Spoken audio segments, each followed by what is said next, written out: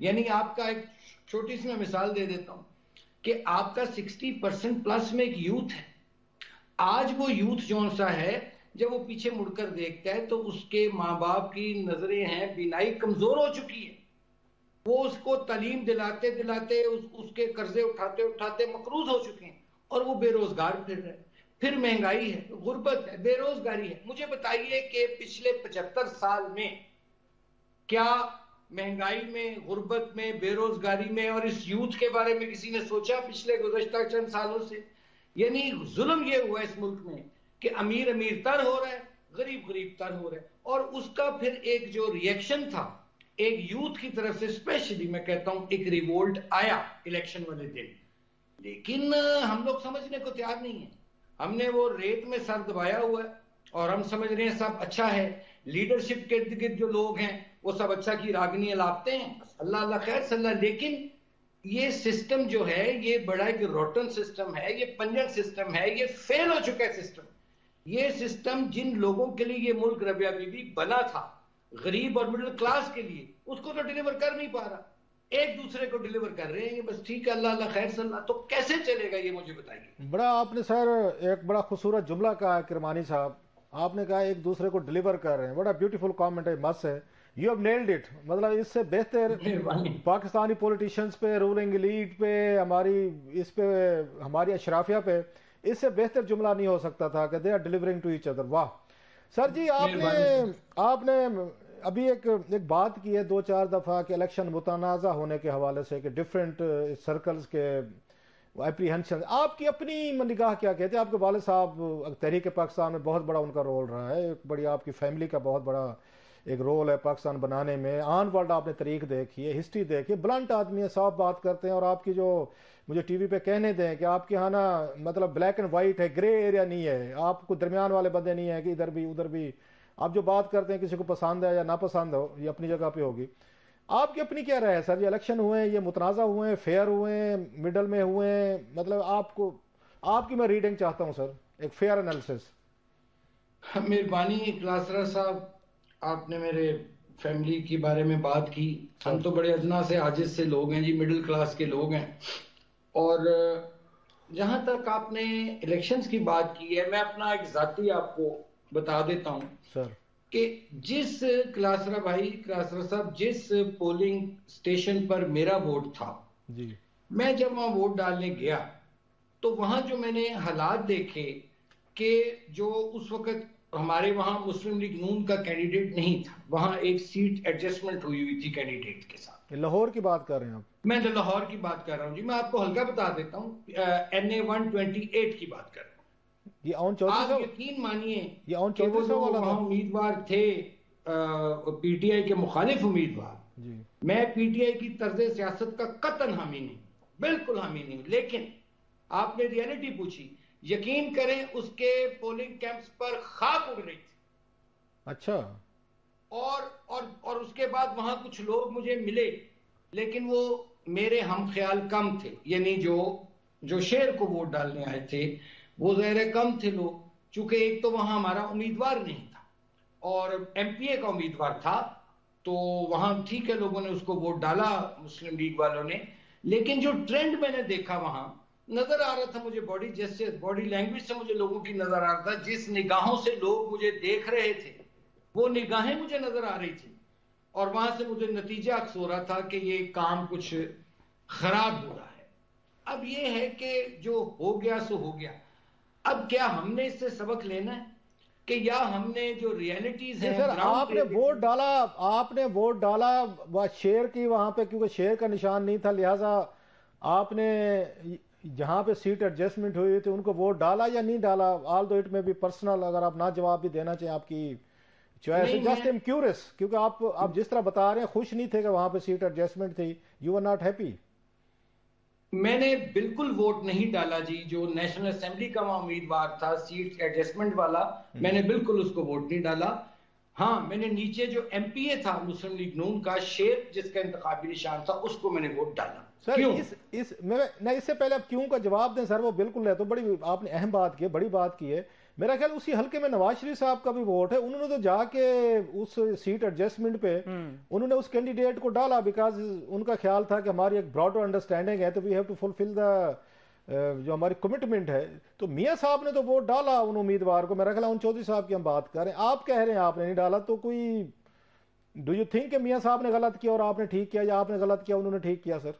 نہیں, میں یہ نہیں سمجھتا کہ انہوں نے غلط کیا یا صحیح کیا. کمٹمنٹ ان کی تھی, پارٹی نے وہاں اپنا کوئی امیدوار پلیس نہیں کیا تھا. پھر دوسری بات کہ میں ایک مسلم لیگی ہوتے ہوئے, تھرڈ جنریشن مسلم لیگی ہوتے ہوئے ایک ایسے شخص کو ووٹ دے دوں جس کی مسلم لیگ کی طرف کوئی خدمات نہیں ہوں, ٹھیک ہے, ایک یہ پاور پالیٹکس ہے, لیکن میرا ووٹ میرے ضمیر کی آواز تھی, میرا ووٹ میری امانت ہے قوم کی, میں نے نہیں مناسب سمجھا. ایسے ہی جیسے کہ آپ کو میں یاد کراتا چلوں کہ جب باجوہ صاحب کی ایکسٹینشن کا وقت تھا تو اس میں ہمارے ایک سینیٹر ایسے تھے جنہوں نے باوجود پارٹی کی قیادت کے کہنے کے ایکسٹینشن کے لیے ووٹ نہیں دیا تھا. اچھا, تو یہ ووٹ ایک آپ کا اپنا رائٹ ہوتا ہے. ان کا کوئی نام اگر سیکرٹ نہیں رکھنا چاہتے, ان کا نام سیکرٹ نہیں رکھنا چاہتے تو اب تو ٹائم گزر گیا. Is it possible to share the name? چلو کوئی ایٹ لیسٹ کوئی ایک شیر کا بچہ تو تھا جس نے کہا جی میں نہیں ووٹ دیتا جنرل باجوہ صاحب کو ایکسٹینشن میں. Sir at least the nation must know وہ آپ تھے یا کوئی اور تھے سر؟ نہیں, میں تو جناب قیادت کا اس وقت جو فیصلہ تھا اس کے تحت میں نے ووٹ دیا تھا سر. جیسے, لیکن میں جن سینیٹر صاحب کی بات کر رہا ہوں جنہوں نے ووٹ نہیں دیا وہ مجھے کہہ کے گئے کہ میں ووٹ نہیں دوں گا چاہے مجھے جماعت سے آپ نکال دیں. اچھا, ان کا نام ہے سینیٹر پرویز رشید. حیات ہے, پوچھ لیجیے, ان کا بنتا تھا ویسے. آئی ایگری, پوچھ رہے ہیں ان کو. یہ اتنا بڑا فیصلہ وہی کر سکتے تھے, یہ اتنا بڑا فیصلہ پرویز رشید ہی کر سکتے تھے, مان گئے سر. تو اگر وہ اتنا بڑا فیصلہ کر سکتے تھے تو مجھے اتنا چھوٹا سا فیصلہ کرنے کی تو اجازت ہونی چاہیے. کیا خوبصورت آپ نے اس کو اس کے ساتھ جا کے ملا کے جسٹیفائی کیا. جی میرے گھر. آصف کرمانی صاحب, میں چونکہ اس سے ریلیونس بن رہی ہے, میں یہ کہہ رہی ہوں کہ یہ جس حلقے کی آپ بات کریں 2013 میں غالباً جو ہے یہ سیٹ ہاری ہے مسلم لیگ نون, 2018 میں بھی ہاری ہے, تو جسٹ ڈیولز ایڈوکیٹ ہو, یہ بھی تو ہو سکتا ہے نا کہ یہ سیٹ ایڈجسٹمنٹ جو ہے وہ کمپلشن ہو, ایک طرح کی ضرورت ہو, تو ان دیٹ کیس آپ کو نہیں لگتا کہ آپ کو پارٹی لائن کو فالو کرنا چاہیے تھا؟ دیکھیے, میں پارٹی لائن کو تب فالو کروں کہ اگر وہاں کوئی میرا مسلم لیگ پارٹی کا امیدوار ہو. مثلا کل تک ہمیں جماعت میں یا ہمیں یہ کہا جاتا تھا, یا ہم کہتے تھے فلاں چینی چور, فلاں قبضہ مافیا, فلاں بیواؤں کے یتیموں کے پلاٹوں پہ قبضہ کر گیا, فلاں جو ان سا تھا کیا کیا نہیں اس نے زبان استعمال کی. وہ جو ٹیکسلا اٹک والے صاحب تھے, مجھے نام بھول رہا ہے, غلام سرور نے, ٹھیک ہے. اور اسی طرح یہ NA-128 کے جو امیدوار تھے جو مسلم لیگ کے نہیں تھے, استحکام پاکستان پارٹی کے تھے. میں بینگ اے مسلم لیگی, میں کیسے ایک نان مسلم لیگی کو ووٹ دوں؟ مجھے بتائیے. اگر اس کی کوئی سزا دینا چاہتے ہیں دیں مجھے, میں قبول کروں گا. لیکن میں کسی ایسے شخص کو جس کو کل تک آپ معتوب ٹھہرایا ہوا تھا, اس کو آپ کہتے ہیں کہ ٹھیک ایڈجسٹمنٹ ہو گئی ہے, اور پھر دوسری عرض کر دوں کہ ہماری پارٹی کی طرف سے بھی کوئی ہدایات نہیں تھی کہ جی آپ نے اسی کو ووٹ ڈالنا ہے. وہ سیٹ اوپن تھی, وہاں مسلم لیگ کا کوئی کینڈیڈیٹ نہیں تھا, میں نے نہیں ووٹ دیا جی انہیں. اچھا سر, آپ کی گفتگو سے لگ رہا ہے جیسے میں نے کہا آپ بلیک اینڈ وائٹ ہیں, آپ ان میں سے نہیں ہیں, ڈپلومیٹک بات کریں, سیاسی بات کریں, سب کو خوش کریں. اسی لیے ناکام ہوں. نہیں سر, آپ مطلب عزت و رسپیکٹ, انٹیگریٹی زیادہ اہم ہوتی ہے. باقی کامیابی ناکامی کا ہر بندے کا اپنی ایک ڈیفینیشن ہوتی ہے. For us you are a successful person کہ آپ اس طرح پاکستانی میں یہ پالیٹکس میں بڑی مطلب ریئر بریڈ, ایسے لوگ کہاں بچ گئے آپ جیسے. لیکن مجھے ایک بات بتائیں سر, آپ کی گفتگو سے مجھے لگ رہا ہے جوید ہاشمی صاحب, شاہد خاقان عباسی صاحب, چودھری نثار علی خان صاحب, پھر اس کے بعد یہ مہتاب عباسی صاحب ہو گئے, مفتاح اسماعیل, ظفر علی شاہ صاحب, ایک لمبی لسٹ ہے. آپ اس لیگ میں کی طرف جا رہے ہیں sir, you are entering into extraordinary league of یہ P M L Nawaz guys, جو انہوں نے ہمیشہ پارٹی کے بعض ان کے فیصلوں پر, اپروچ پر تنقید کی. لیٹسٹ مجھے آپ کی گفتگو سے لگ رہا ہے آپ بھی ان سے خوش نہیں ہیں سر. پہلی بات تو یہ ہے کلاسرا صاحب کے دو باتیں میں ضرور کرنا چاہوں گا سر. ایک تو یہ کہ نواز شریف صاحب میرے کل بھی لیڈر تھے, میرے آج بھی لیڈر ہیں. اور دوسری بات, جن آپ نے سینئر رہنماؤں کے نام لیے, اس میں سے کچھ تو میرے سے بہت سینئر ہیں, شاہد خاقان صاحب, غوث علی شاہ صاحب, دوسرے لوگ, لیکن بات یہ ہے کہ مجھے کسی سے الحمدللہ مجھے کسی سے مسلم لیگی ہونے کا سرٹیفکیٹ لینے کی ضرورت نہیں ہے.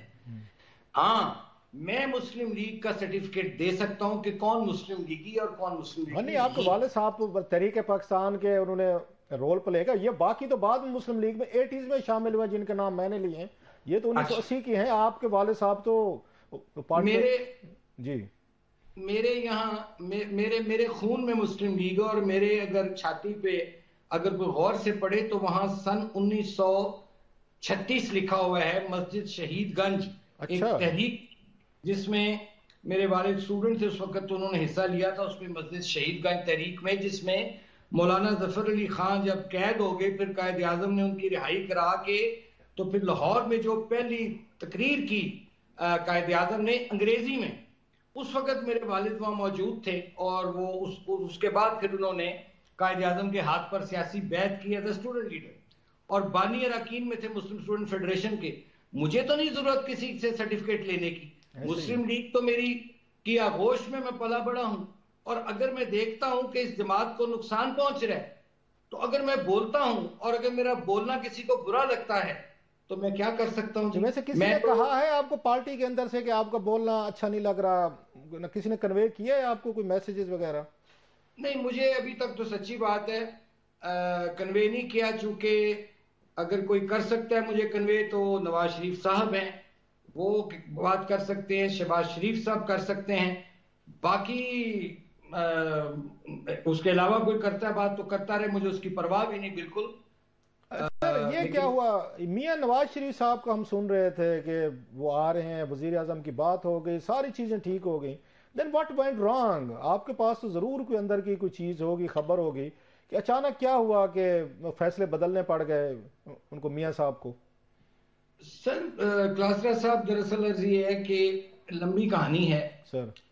دراصل نواز شریف صاحب کا جو میں نے سالہ سال ان کو اسسٹ کیا ہے اور میں نے یہ دیکھا ہے کہ میاں صاحب جون سے تھے وقت گزرنے کے ساتھ ساتھ ان کا مزاج مزید عوامی ہوا اور مزید نظریاتی ہوتا گیا. لیکن بدقسمتی یہ ہوئی ہے کہ ان کے جو نظریات ہیں, جس قسم کا میاں صاحب سیاست کرنا چاہتے تھے یا چاہتے ہیں, ان کی جو ساتھ لوگ ہیں وہ ان کے شانہ بشانہ میں سمجھتا ہوں اس طرح وہ ان کا دل گردہ نہیں تھا جس طرح نواز شریف کا دل گردہ تھا. جیسے جب ایکسٹینشن کی میں بات کرتا ہوں کہ اس پر مجھے یاد ہے کہ 2019 میں میں لندن گیا, اس وقت نواز شریف صاحب کسی سے ملتے نہیں تھے, تو ان کی مہربانی, انہوں نے شفقت کی, میں نے کہا میں آیا ہوں, ابھی انہیں گئے 1 ماہ ہوا تھا. تو وہاں جب میں نے ان کو ایک سرسری سے پوچھا کہ سر یہ آج کل چل رہا ہے ایکسٹینشن کا تو کیا ہے, تو انہوں نے مجھے بڑا کلیئر کہا کہ یو نو مائی ویوز, اتنی انہوں نے بات کی, بس چپ ختم ہو گئی بات, میں آ گیا. اس کے بعد پھر آپ کو معلوم ہے کہ یہاں سے کچھ لوگ گئے لندن, وہاں جا کر پھر وہ سارا وہ انہوں نے چینج کیا, ان کو کنونس کیا, بے بس کیا, جو بھی کیا. لیکن یہ ہوا کہ جب ووٹ کو تبدیلی, ووٹ کو عزت دو کر نہ رہا تھا, وہ پھر ہمارے ہاتھ سے پھسل گیا.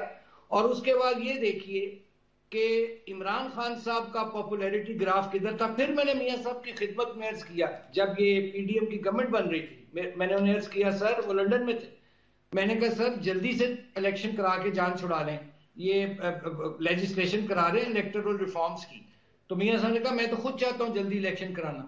ایک وہ الیکشن ہم نہ کرا سکے اس خوف سے کہ جی عمران خان لانگ مارچ لے کے آ گیا. بھائی لانگ مارچ وہ لے آیا تھا, وہ ناکام ہو گیا اس کا لانگ مارچ, آپ اس کے بعد الیکشن میں چلے جاتے تو آپ کمفرٹیبل میجورٹی کے ساتھ گورنمنٹ بنا سکتے. پھر نواز شریف صاحب کی 4 سال میں جو عدم موجودگی تھی اس نے بھی پارٹی کو نقصان پہنچایا. پی ڈی ایم کی گورنمنٹ کا ایک کریڈٹ تو ہے کہ ڈیفالٹ سے بچایا, لیکن مہنگائی, غربت, بے روزگاری بڑھی. اس کے بعد جب نواز شریف صاحب تشریف لے آتے ہیں, کیونکہ لیڈر تو نواز شریف ہے, ووٹ تو اسے پڑتا ہے, باقی تو سارے وہ ہے نا وہ بگانے کی شادی عبداللہ دیوانے بنے. جب وہ آتے ہیں واپس تو آپ دیکھیے کہ میاں صاحب کا ریکارڈ, میں زیادہ دور نہیں جاتا, 2013 کی مثال دے دیتا ہوں. ایک دن میں میاں صاحب کے 2013 کے الیکشن کیمپین میں 4-4, 5-5 جلسے ہوتے تھے. آپ ایوریج نکال لیں, کیونکہ لوگ نواز شریف صاحب کو سننا چاہتے ہیں, دیکھنا چاہتے تھے. وہ بھی اس تواتر سے جلسے نہ ہوئے.